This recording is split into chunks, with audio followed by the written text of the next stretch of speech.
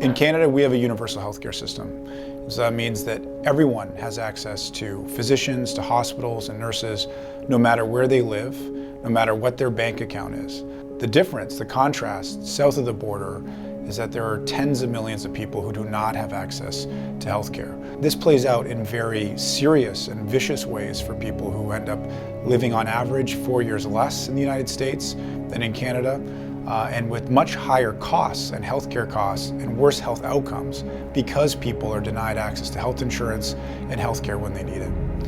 The other part that you have to say is a major difference in working between two systems is the amount of administrative burden, the amount of challenges for patients or people who lose health insurance between jobs, and that it cuts away at what we've been trained to do, which is to see patients when they need it most and provide the best possible care.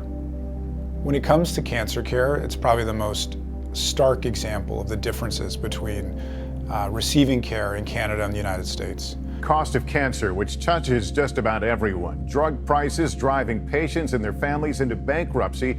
With cancer, there are a number of different cancer centers and hospitals in Canada, many of them that are internationally recognized. The cost of what it would look like to go through cancer care is not part of the equation.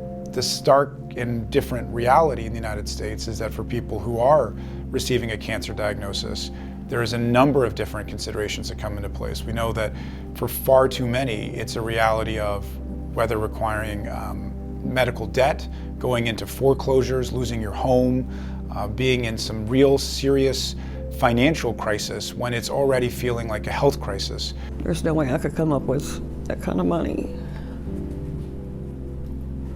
I mean, I'm sitting here with a treatment that could give me years, right in my grasp.